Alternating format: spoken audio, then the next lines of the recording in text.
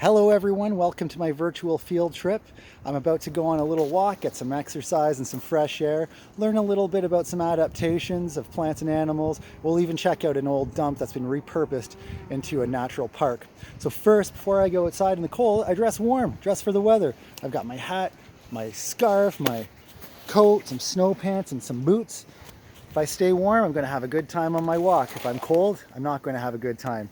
So let's start off by looking at this plant here. This is a buckthorn, and you can see it's got these really sharp thorns here. That gives it some protection against predators like deer that might want to eat it. But the neat thing about this is that these are little suckers, and over here is a big tree. It's called a buckthorn tree. And this big tree has little roots that go under the snow, under the ground, and these suckers pop up. So the biologist, when he's studying trees like this, they have to decide, should I count all of these trees as individual? Are there 50 trees here? Or is it just one tree? Is it like this tree has just grown arms? All the DNA is the same. So something to consider when you're counting, doing population studies of certain plants.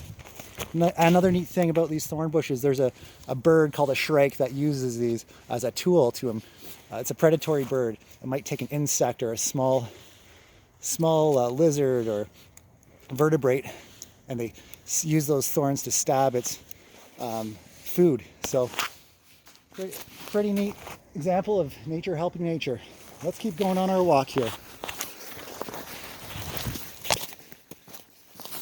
So while we're walking, you might want to get out of your chair and march in one place. Pretend to feel the fresh air. Breathe it in. Get some exercise with me. So what oh, wait. What's this? I see a big nest in the tree. It's about the size of a big basketball, and that looks like a squirrel nest. Squirrels like to make big nests like that out of leaves and sticks. Keep it safe from predators. Oh, wait. There's the squirrel right there. That's called a gray squirrel. That must be his home.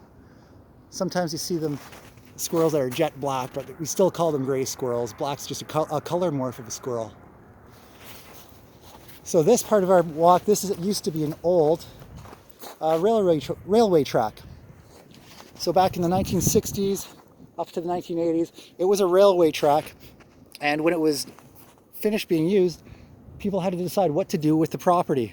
Well, they said, should we sell it to the neighbors, just make their backyards a little bit bigger? But some people thought, well, let's take the railway ties out and make a little track for people to walk on or ride their bikes, get some exercise. So that's what they decided to do. So let's continue on our way here. Whoa! Look at that. There's another big squirrel nest.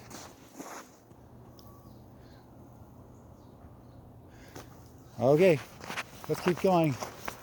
I'm just opening my eyes, taking a look around us, because there's all sorts of neat things you might find on a nature walk.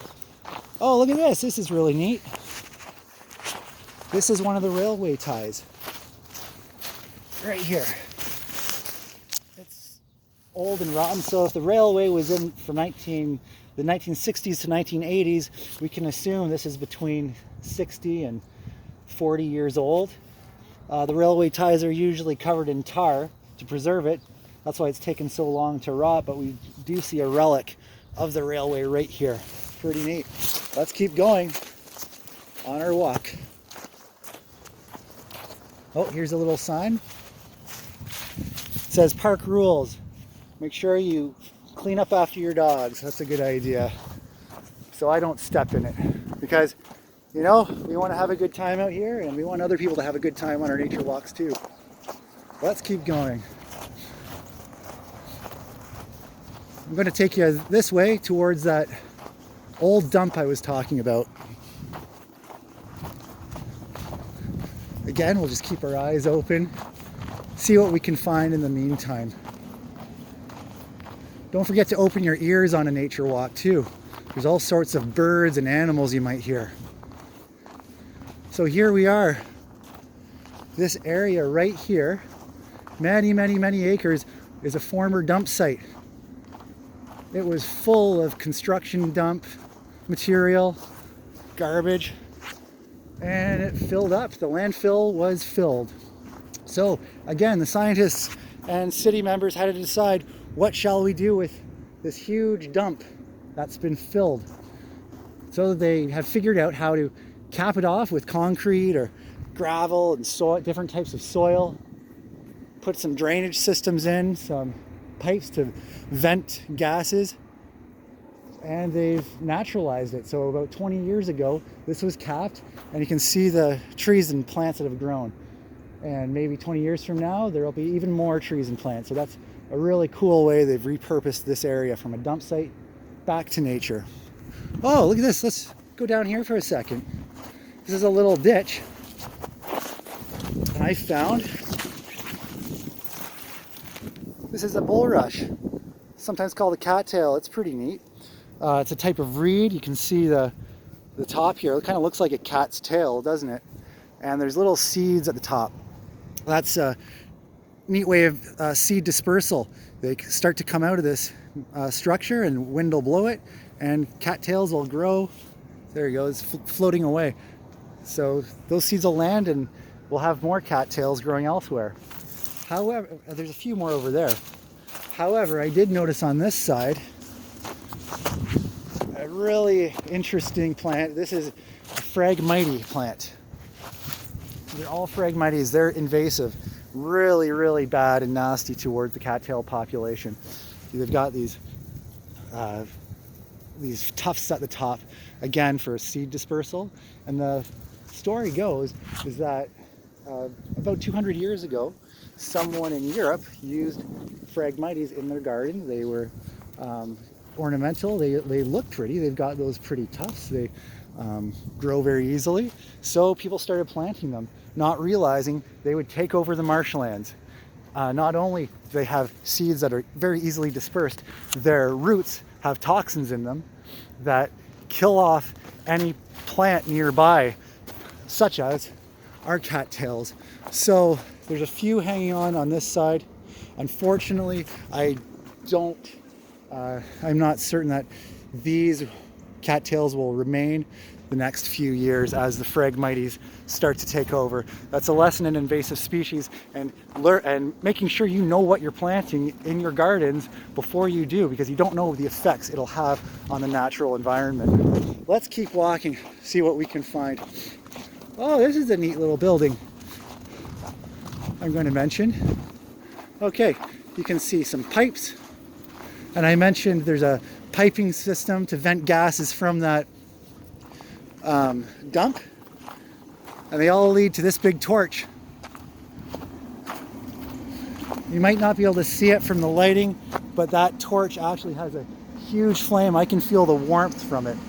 It's probably about an 8-foot flame that I can see, and it's burning some of the gases from that dump site, so that the gases don't bubble up in the underneath and cause some damage. It's a safety thing. So as long as that torch is burning, it's relieving some pressure from that dump site. So it just goes all day and all night, and we'll do so for many years as that dump site starts to break down. So more on that dump site. There's groundwater. We're going to go down here for a minute. The groundwater drains from the dump site, the top of that dump site, over the cap, and it's got to have a place to go so it doesn't go into the garbage area and contaminate our groundwater. So it goes straight here, out these pipes, it's tested, and into our water system without being contaminated. So let's just keep going for a little walk and see what else we can find. Oh, I see something neat. Let's go check it out. These are birds. See that? Neat plant with a neat form of seed dispersal. You've probably seen them before. They might have been stuck on your hair or your animal's hair or fur. Look, it's actually stuck to my fingers right now. a burr has developed this intricate hook system to stick on things so that now if I walk to another side of the park, I drop it, the burr might grow there. So picture a coyote with some burrs stuck in its fur. It sheds on the other side of the park, we get more burrs. Another neat thing about these burrs is the inventor of Velcro was inspired by them. He looked and investigated the hook system and made his plastic creation. If you look at Velcro, you can see just little plastic hooks and loops, and that's what sticks to fabric. Pretty neat. All right, let's keep going, see what else we can find. Oh, look at this. This is a bat house. A bat house. Bat houses are great. It's a form of pest control. If you've got too many mosquitoes, try building a bat house. Bring some more bats to your area. They'll fly around at night, take away some of the mosquitoes that you have kicking around so they're not biting you. So just a little box like that, and your mosquito problem won't be as bad. Let's keep going.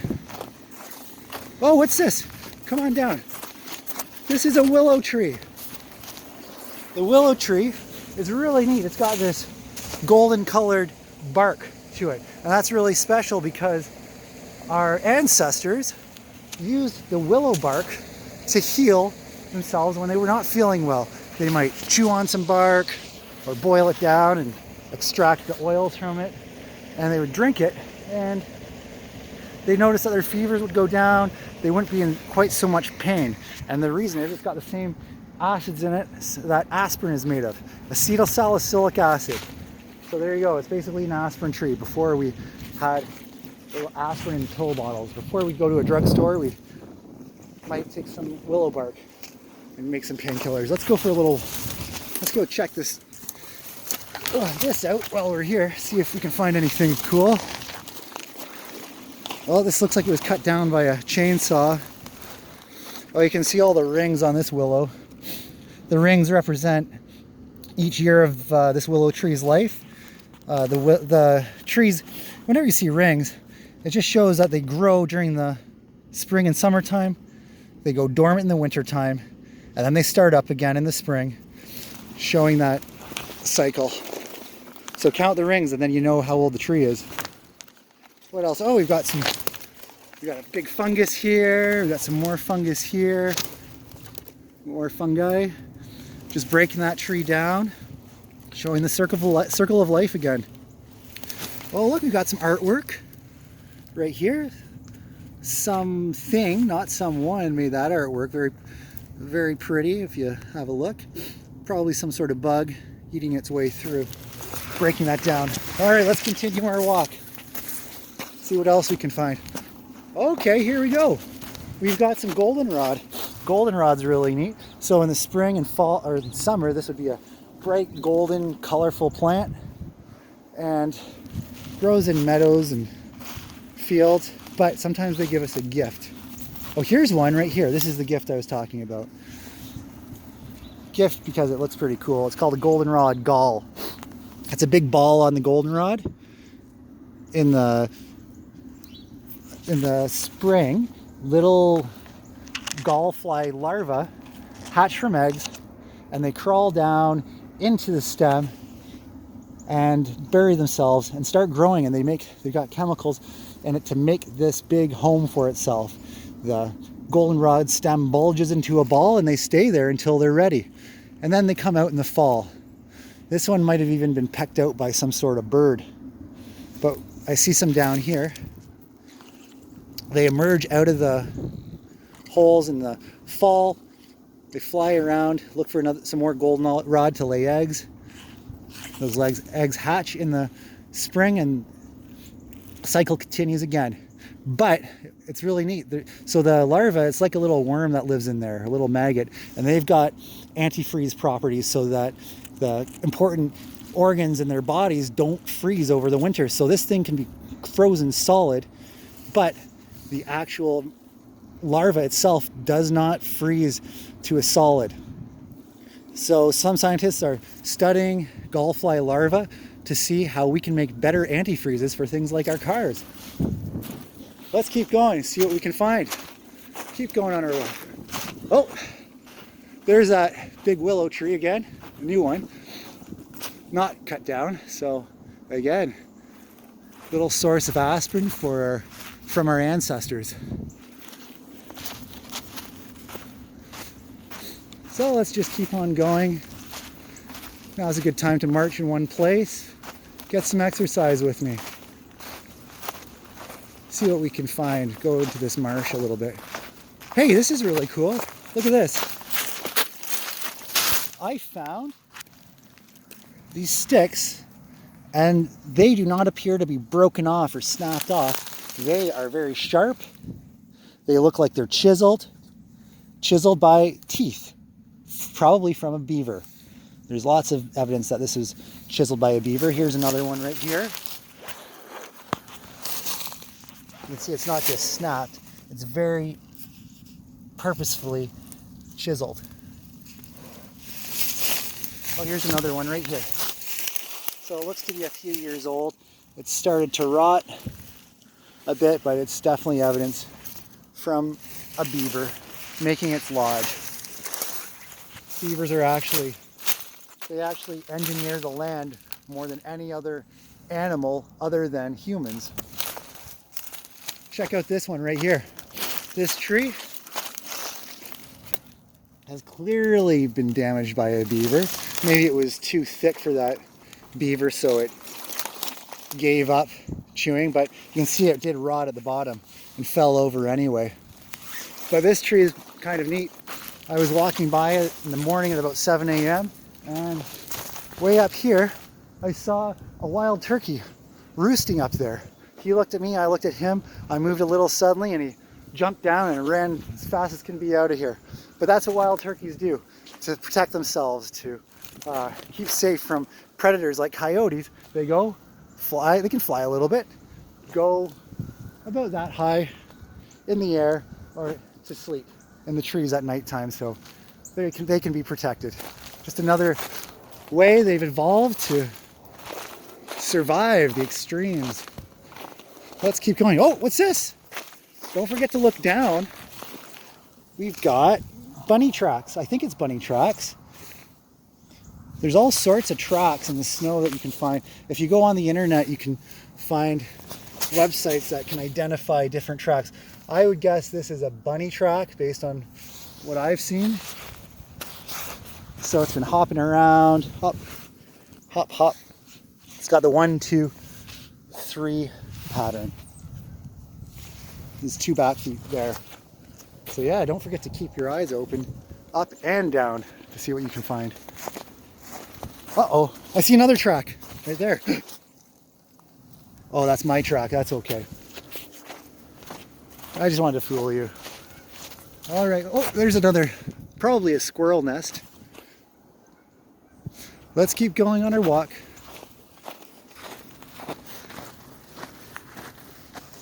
I'm actually very warm. I'm moving. I'm dressed warmly. Feels great. Get some exercise in the winter time.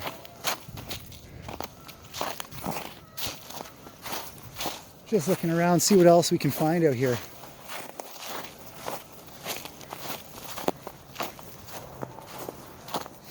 I hear Canada geese, a lot of them. Like I said, open your ears on a nature walk. You don't know what you're gonna listen to either. And I hear a lot of Canada geese. Oh, I see them. Let's go have a look. We'll go down by the water. Go through all these phragmites.